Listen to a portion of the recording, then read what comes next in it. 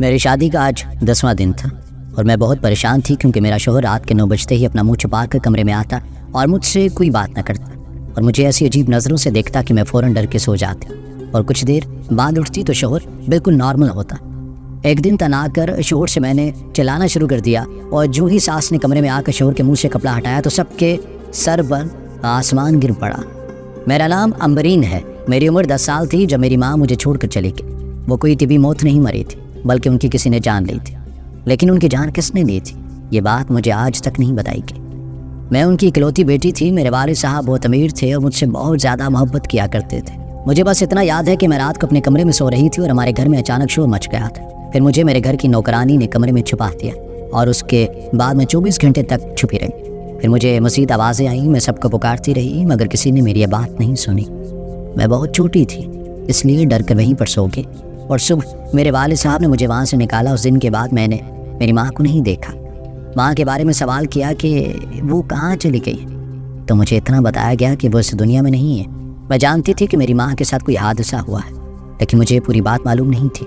پھر بھی میں بڑی ہونے لگی اور اس بارے میں بھول گئی۔ میرے والد صاحب نے مجھے میری ماں اور باپ دونوں بن کر پالا، میری ہر خواہش پوری کی، مجھے کبھی کسی بات سے انکار نہیں کیا۔ میں نے ان سے جو مانگا انہوں نے مجھے لا کر دیا، یہاں تک کہ میری شادی کی عمر ہو گئی اور مجھے ایک لڑکے سے محبت ہو گئی جو میرے ہی کالج میں پڑھا کرتا تھا۔ لڑکا بہت ہی معصوم تھا، بلکہ سچ کہوں تو شاید وہ باقی لڑکوں سے تھوڑا کم تھا۔ وہ ہمیشہ ڈرا ہوا رہا، اسے باقی لوگ بھی ڈراتے اور اس کا مذاق بناتے، لیکن جانے کیوں مجھے اس کی معصومیت سے محبت ہو گئی تھی۔ مجھے ایسا لگتا تھا کہ اس کو کسی سہارے کی ضرورت ہے اور میں ہی ایک ایسی عورت ہوں جو اس کا مضبوط بنا سکتی ہوں۔ میں اس کی طاقت بننا چاہتی تھی کیونکہ میں اس سے محبت کرتی تھی۔ مجھے ایسے لوگ بالکل نہیں پسند تھے جو اپنی طاقتور شخصیت کا روب دوسروں پر ڈال دیتے ہیں۔ مجھے بس سیدھے سادھے لوگ پسند تھے اور حسن ایک سیدھا سادہ انسان تھا۔ جب کالج میں یہ بات پھیلی کہ میں حسن سے محبت کرتی ہوں تو سب لوگ بہت حیران تھے کہ میں اس کالج کی ایک پڑھی لکھی اور مضبوط لڑکی تھی۔ میرے والد صاحب بھی بہت امیر تھے، سب جانتے تھے۔ کالج میں نہ جانے کتنے ہی لڑکوں نے مجھ سے دوستی کرنے کی کوشش کی لیکن میں نے کبھی کسی کو بھی گھاس نہیں ڈالی تھی۔ اور پھر مجھے محبت ہوئی تو اس لڑکے سے جس کا سب مذاق بناتے تھے، لیکن میں جانتی تھی کہ میں اسے بدل سکتی ہوں۔ میرے کالج میں ایک اور لڑکا بھی پڑھتا تھا، وہ بھی میری طرف پیش قدمی کرنے کی بہت کوشش کیا کرتا تھا، یہاں تک کہ ایک دن اس نے سب کے سامنے میرا ہاتھ پکڑ لیا اور کہا کہ اسے مجھ سے شادی کرنی ہے تو میں نے اس کے منہ پر ایک زوردار تھپڑ رسید کر دیا۔ اس کا نام احمر تھا۔ میں نے اپنے والد صاحب کو حسن کے بارے میں بتایا۔ حسن کے والد صاحب کو میرے والد صاحب جانتے تھے، وہ ایک کاروباری انسان تھے۔ میرے والد صاحب نے مجھ سے پوچھا کہ کیا تم اسی لڑکے کے ساتھ اپنی ساری زندگی گزارنا چاہتی ہو اور یہ تمہارا آخری فیصلہ ہے؟ تو میں نے کہا کہ میں ایسا ہی چاہتی ہوں۔ میرے والد صاحب نے کہا کہ اگر یہ تمہاری خوشی ہے تو میں تمہاری خوشی کا راستہ نہیں روکوں گا۔ انہوں نے ہم دونوں کی منگنی کر دی جو 4 مہینے تک جاری رہی تھی۔ حسن مجھ سے محبت کرتا تھا۔ حسن کے گھر میں بہت سارے لوگ تھے، اس کی 3 بہنیں تھیں، ایک ماں، ایک ابو اور ایک بھائی بھی تھا جس کی شادی ہوئی تھی۔ اس کی ایک بیوی اور 3 بچے بھی تھے۔ مجھے بچپن سے ہی بڑے خاندان کا سکھ نہیں ملا، اس لیے میں چاہتی تھی کہ ہم سب ایک ہی گھر میں ایک ساتھ رہیں۔ میری شادی حسن سے جس دن ہوئی اس دن میں بہت خوش تھی۔ میرے لیے یہی خوشی کیا کم تھی کہ میں نے جس شخص سے محبت کی میری شادی اسی سے ہو رہی تھی، وہ بھی بلا کسی مسئلے مسائل کی۔ میرے ہونے والے سسرال والے بھی بہت اچھے تھے، وہ اس بات سے خوش تھے کہ ان کے بیٹے کو اتنی پیاری لڑکی ملی ہے۔ سب مجھے بہت پیار کیا کرتے تھے، لیکن شادی کی رات ہی میرے ساتھ ایک عجیب و غریب واقعہ ہوا جسے میں آج تک سمجھ نہیں پائی۔ اور وہ واقعہ یہ تھا کہ جب میں اپنے کمرے میں بیٹھی تھی، حسن میرے کمرے میں آیا تو اس نے اپنے چہرے کو نقاب میں چھپا رکھا تھا، صرف اس کی آنکھیں دکھائی دیتی تھی جن آنکھوں میں بہت غصہ بھرا ہوا ہے۔ میں نے اسے کہا کہ تم نے یہ نقاب کیوں پہن رکھا ہے؟ تو اس نے مجھے غصے سے دیکھا اور کہا کہ چپ چاپ سو جاؤ۔ میں حیران اور پریشان رہ گئی کہ میرا دلہا شادی کی رات مجھ سے کیا کہہ رہا ہے۔ میں نے کہا کہ اصل تمہیں کیا ہو گیا ہے؟ آخر یہ کس قسم کا مذاق ہے؟ اس نے مجھے کہا کہ تم مجھے معصوم اور ڈرپوک سمجھتی ہو نا، میں ایسا نہیں ہوں، آپ چپ چاپ سو جاؤ۔ حسن کی آواز میں اتنا غصہ تھا، ایسا لگتا تھا کہ اس کی آواز ہی بدل گئی۔ ظاہر ہے کہ وہ اپنی آواز بھاری کر کے بولا تھا۔ مجھے واقعی اس سے ڈر لگنے لگا۔ میں فوراً تو نہیں سوئی پر میں لیٹ گئی اور سوچنے لگی کہ شاید وہ یہ سمجھتا ہے کہ میں اس کو ڈرپوک سمجھتی ہوں، اس لیے مجھ پر روب جمانے کو یہ سب کر رہا ہے۔ میں نے سوچا کہ چلو یہ سب کرتا ہے تو کرتا رہے، اگر اس طرح اسے کوئی تسلی ملتی ہے یا اس کی کسی انا کو تھوڑی سی تسکین ملتی ہے تو میں اسے نہیں روکوں گی۔ پر ایک دوسری عجیب حالت میرے ساتھ یہ ہوئی کہ جب میں صبح اٹھی تو حسن بالکل نارمل تھا، اس کے چہرے پر نقاب بھی نہیں تھا۔ اس نے مجھے نارمل انداز میں جگایا اور بتانے لگا کہ آج یہ رسم ہونی ہے، اتنے مہمان آئے ہیں، ہمارے ولیمے کی رسم ہوئی اور اس کے بعد ہماری دعوت بھی ہے۔ سب کے سامنے وہ نارمل ہوتا تھا، اور جب میرے ساتھ ہوتا تو وہ اپنے چہرے کو نقاب میں چھپا لیتا۔ مجھے لگا تھا کہ وہ 1-2 دن ایسا کرے گا، لیکن آج اس بات کو 10 دن ہو گئے تھے۔ مجھے حسن کی اس بات کی سمجھ نہیں آ رہی تھی۔ آج میں نے سوچ لیا کہ میں اس سے بات کروں گی۔ میں نے اسے کہا کہ تم سب کس کے لیے کر رہے ہو اور کیا ثابت کرنا چاہتے ہو، اور تمہیں کس نے کہہ دیا کہ میں تمہیں ڈرپوک سمجھتی ہوں؟ تم میرے شوہر ہو، مجھ سے عمر میں چھوٹے ہو، تب بھی تم مجھ سے رتبے میں بڑے ہوگے۔ اگر میں تم سے زیادہ خوبصورت ہوں تب بھی تمہارا مقام اوپر رہے گا۔ اگر میں تم سے زیادہ کماؤں تب بھی یہ معاشرہ تمہیں مجھ سے اوپر سمجھے گا۔ میں کچھ بھی کر لوں میں تمہاری برابری نہیں کر سکتی۔ تم میرے شوہر ہو، تمہارا مقام بڑا ہے، تمہیں اس طرح کی حرکتیں کرنے کی کوئی ضرورت نہیں ہے۔ اب یہ سب چھوڑو اور اپنے چہرے سے اس چیز کو ہٹاؤ۔ میرا اتنا کہنا تھا کہ حسن اچانک زور سے چلایا اور کہا کہ جب میں کہہ رہا ہوں کہ چپ کر کے سو جاؤ تو پھر کیوں نہیں سوتی تم؟ میں حیران اور پریشان رہ گئی۔ مجھے اندازہ ہوا یہ کوئی مذاق نہیں تھا، وہ بے حد سنجیدہ تھا، ورنہ وہ کبھی بھی مجھ پر اس طرح نہیں چلا سکتا۔ آج تو میں واقعی نہیں بری طرح ٹوٹ گئی تھی، بلکہ میری آنکھوں میں آنسو بھی آ گئے تھے، لیکن اسے مجھ پر کوئی رحم نہیں آیا اور میں کروٹ بدل کر سو گئی۔ ایک دن ہمارے گھر میں ایک عجیب حرکت ہوئی۔ مجھے نوکر نے بتایا کہ گھر میں حسن سے ملنے کوئی شخص آیا ہے۔ گھر پر کوئی نہیں تھا، میری نند ہے اور ساس گئی ہوئی تھی اور حسن کے والد صاحب دکان پر تھے۔ یوں تو اس ٹائم میری ساس اور میری بڑی جٹھانی بھی اپنے میکے گئی ہوئی تھیں، تو گھر میں صرف میں ہی تھی۔ میں نے کہا کہ جو آیا ہے وہ کون ہے؟ تو نوکر نے کہا کہ وہ حسن کا کوئی کزن ہے۔ تو میں نے کہا کہ ٹھیک ہے، اس کو ڈرائنگ روم میں بٹھاؤ اور اس کو چائے پانی کے لیے پوچھو۔ میں سلام کرنے کی غرض سے چلی گئی، یہ نہ سوچے کہ اس گھر میں دلہن آئی ہے اور اس نے سلام تک نہیں کیا۔ میں نے سر پر دوپٹے کو ٹھیک کیا اور ڈرائنگ روم کی طرف بڑھی، لیکن میں حیرت سے اس بات پر رہ گئی کہ جیسے ہی میں ڈرائنگ روم میں قدم رکھا وہ شخص بنا مجھے دیکھے وہاں سے ایسے بھاگ گیا جیسے وہاں کوئی چوری کرنے آیا تھا، اور اپنا کام کر کے وہاں سے چلا گیا۔ میں نے اسے پکارا لیکن وہ وہاں سے ایسے بھاگا جیسے کسی کی کوئی بات نہیں سننا چاہتا تھا۔ شام کو میں نے یہ بات اپنی ساس اور نندوں کو بتائی تو وہ بھی حیران رہ گئے۔ انہوں نے کہا کہ وہ دیکھنے میں کیسا تھا؟ تو میں نے کہا میں نے تو اس کا چہرہ نہیں دیکھا، پر تھوڑا لمبا تھا، حسن جتنا ہی تھا، اور دیکھنے میں بھی حسن کی عمر کا ہی لگ رہا تھا۔ میری ساس نے کہا کہ ایسا تو ہمارا کوئی رشتہ دار نہیں ہے، لیکن خیر جو بھی ہوگا میں حسن سے کہوں گی، وہ دیکھ لے گا کہ اس سے ملنے کون آیا تھا۔ میں نے یہ بات حسن سے کی تو اس نے کہا کہ ہاں وہ میرا کزن ہے، اس کے گھر میں اچانک کوئی مسئلہ بن گیا تھا، اس لیے وہ تم سے ملے بغیر وہاں سے چلا گیا۔ تم پریشان نہیں ہو اور اس کے بارے میں نہ سوچو۔ رات میں میری جٹھانی اور نندوں نے فلم دیکھنے کا پروگرام بنا لیا۔ انہوں نے کہا کہ کمرے میں بڑی اسکرین پر فلم لگا کر دیکھیں گے، لیکن یہ تو وہی ٹائم تھا جس ٹائم حسن چہرے پر وہ نقاب اوڑھ لیا کرتا تھا۔ میری نند نے پکوڑے بنا لی اور کہنے لگی کہ حسن بھائی کو بلا کر لاتی ہوں، پر عجیب بات ہوئی۔ اس نے آ کر بتایا کہ آپ کے کمرے کا دروازہ اندر سے لاک ہے اور حسن بھائی اندر ہی ہیں، دروازہ نہیں کھول رہی۔ تو میری جٹھانی نے مذاق میں کہا کہ وہ کمرہ لاک نہیں ہے، شاید وہ تمہیں اندر آنے نہیں دینا چاہتے، تو وہ اپنی بیوی کی ہی بات سنے گا۔ تو جاؤ امرین، تم اپنے شوہر کو بلا کر لے آؤ۔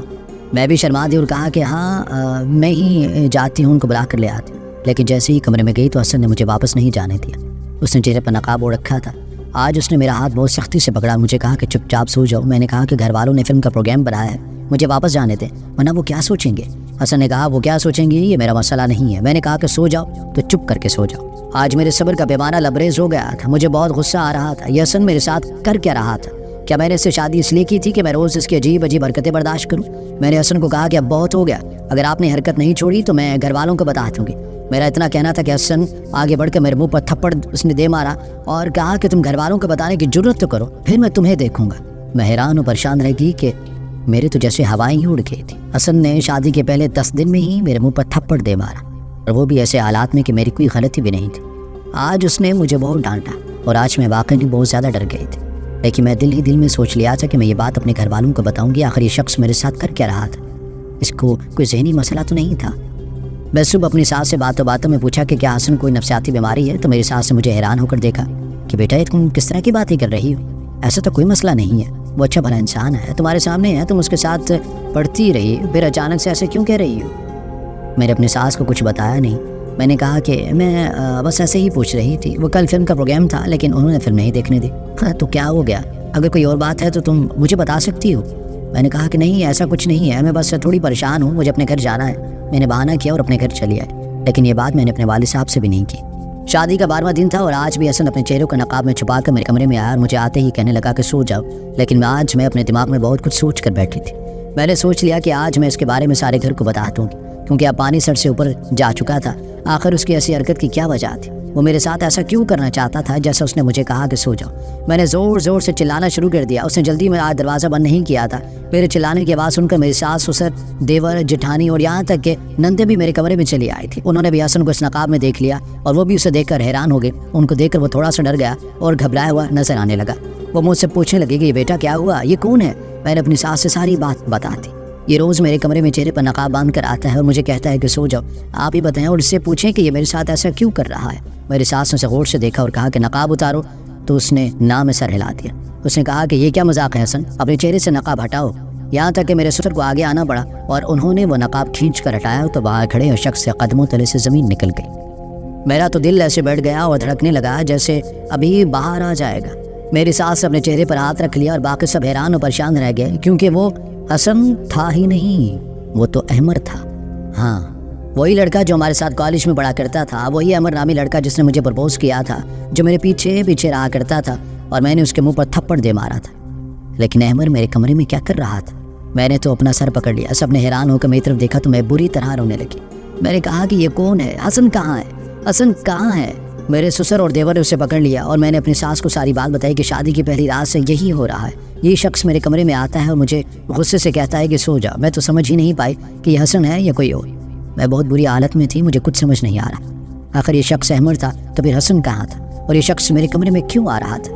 میری حالت اتنی بری ہو گئی کہ میرے والد صاحب کو بھی بلا لیا گیا۔ میرے والد صاحب نے بھی ساری باتیں سنی اور جب انہوں نے احمر کو دیکھا تو ان کے قدموں تلے سے زمین نکل گئی۔ اس کو اتنا ہی کہہ پائے کہ تم؟ میرے والد صاحب اس کا نام جانتے تھے۔ انہوں نے فوراً خدا کا شکر ادا کیا کہ میں سلامت ہوں۔ میں بری طرح الجھ چکی تھی۔ میں نے اپنے والد صاحب سے پوچھا آخر یہ سب کیا ہو رہا ہے؟ تو انہوں نے مجھے ساری بات بتا دی کہ انہوں نے بتایا کہ جب میں 10 سال کی تھی تب ہمارے گھر پر میرے بھائی نے حملہ کر دیا تھا۔ ہمارے جائیداد کے معاملے چل رہے تھے اور وہ کیس ہار گیا تھا۔ ہارنے کے غصے میں آ کر اس نے میرے گھر پر حملہ کیا اور وہ مجھے، تمہیں اور تمہاری ماں کو جان سے مار دینا چاہتا تھا۔ ہم نے تمہیں چھپا دیا تھا، وہ تمہیں نہ مار سکے، لیکن اس نے تمہاری ماں کو مار دیا اور مجھے اس کے غم میں مرنے کے لیے چھوڑ دیا۔ میں نے غصے میں آ کر میرے بھائی یعنی احمر کی زندگی کا خاتمہ کر دیا اور وہ اس دنیا سے چلا گیا۔ یہ احمر اور کوئی نہیں بلکہ میرے بھائی کا بیٹا ہے، تمہارا چچا زاد، اور یہ بدلہ لینے کے لیے تمہاری جان لینا چاہتا ہے۔ حسن کو ضرور اسی نے کہیں چھپایا ہے اور اس کی جگہ یہ آتا رہا ہے۔ جب میرے حواس کچھ واپس آئے تو میں نے اس بات پر غور کیا، اگر اس نے حسن کو اغوا کیا ہے تو پھر صبح ہوتے ہی حسن واپس کیسے آ جاتا، اور اگر یہ مجھے مارنے آیا تھا تو پھر اس نے آج تک مجھے مارا کیوں نہیں؟ احمر کو سب کے سامنے بلا لیا گیا، اس کے ہاتھ باندھ دیے گئے اور اس سے پوچھا گیا تھا کہ تم نے یہ سب کیوں کیا اور حسن کہاں ہے؟ تو اس نے کہا کہ سب میں نے حسن کے کہنے پر ہی کیا ہے۔ وہ میرا بچپن کا دوست ہے، ہم لوگ ایسے ہیں کہ ایک دوسرے کے لیے جان بھی دے سکتے ہیں۔ میں چاہتا تھا کہ امرین مجھ سے شادی کرے لیکن اسے حسن پسند آ گیا، لیکن اس میں کوئی نقصان نہیں تھا کیونکہ وہ میرا دوست تھا۔ میں نے حسن کے ساتھ مل کر یہ پلان بنایا تھا۔ اس نے اپنی مرضی سے شادی بھی اسی لیے کی تھی تاکہ میں اپنا بدلہ لے سکوں۔ رات کو یہاں جاتا اور صبح اٹھ کر چلا جاتا، لیکن جانے کیوں میں امرین کو مار نہیں سکا کیونکہ میں اس سے محبت کر بیٹھا۔ مجھے معاف کر دو امرین، میں تم سے بہت محبت کرتا ہوں۔ احمر نے کہا، پر میں نے اپنا چہرہ دوسری سمت موڑ لیا۔ میں جانتی تھی کہ محبت ایسی نہیں ہوتی۔ میرا دل پوری طرح ٹوٹ چکا تھا۔ میں نے جس سے محبت کی اس نے مجھے کسی اور کے سامنے پیش کرنے کے انداز میں اکیلا چھوڑ دیا۔ آخر وہ کس قسم کا انسان تھا؟ حسن واپس آیا تو اس کے اپنے والد صاحب نے اسے ڈانٹا، اسے بڑی بڑی باتیں کہیں، سنائی۔ وہ مجھ سے معافی مانگنے لگا لیکن میں نے اسے کہہ دیا کہ میرے پاس دینے کو دوسرا موقع نہیں ہے، اور میں نے اسے اتنا بھی کہا کہ حسن میں تمہیں ایک معصوم اور ایک بے ضرر انسان سمجھا کرتی تھی، لیکن تم تو ڈرپوک نہیں ہو۔ حسن، تم تو اس دنیا کے سب سے بہادر انسان ہو جس نے اپنی بیوی ایک غیر انسان کے ہاتھوں میں تھما دینے کی بہادری کا کام کیا ہے، لیکن افسوس کہ تمہاری اس بہادری پہ لعنت ہے۔ میں تم سے محبت کر بیٹھی پر تم تو نفرت کے بھی قابل نہیں ہو۔ میں اپنے گھر آ گئی اور میرے والد صاحب نے حسن پر خلا کا کیس کروا دیا۔ وہ مجھ سے بہت معافی مانگتا رہا لیکن میں نے اسے معاف نہیں کیا اور اس سے الگ ہو گئی۔ کچھ ماہ بعد احمر ہمارے گھر آیا۔ وہ اپنے کیے پر بہت شرمندہ تھا۔ وہ چاہتا تھا کہ میرے والد صاحب میری شادی اس سے کرواتے۔ میں امرین سے سچی محبت کرتا ہوں۔ اگر میں اس سے محبت نہ کرتا تو اسے میں اب تک مار چکا ہوتا۔ مجھے اس کو مارنے کے 15 موقع ملے تھے۔ 15 دن کے یہ میرے ساتھ کمرے میں اکیلی تھی۔ میں چاہتا تو اس کے ساتھ کچھ غلط بھی کر سکتا تھا، لیکن میں نے ایسا کچھ نہیں کیا کیونکہ میں تم سے محبت کرتا ہوں۔ لیکن اب میرے دل میں محبت کی کوئی جگہ نہیں تھی۔ احمر نے بھی بہت غلط کام کیا اور میں اسے اپنے دل میں جگہ نہیں دے سکتی تھی۔ میں نے انکار کر دیا اور سوچ لیا کہ میں اپنی زندگی اپنی مرضی سے جیوں گی۔ اپنی زندگی میں ہونے والے اس واقعے کے بعد میں یہ کہنا چاہوں گی کہ کبھی کبھی تو لوگ محبت میں بھی اندھے ہو جاتے ہیں۔ حسن احمر کی دوستی میں اندھا تھا اور احمر بدلے کی آگ میں جل رہا تھا اور میں محبت میں اندھی ہو گئی تھی۔ کوئی بھی جذبہ ضرورت سے بڑھ جائے تو نقصان پہنچاتا ہے، چاہے وہ محبت ہی کیوں نہ ہو۔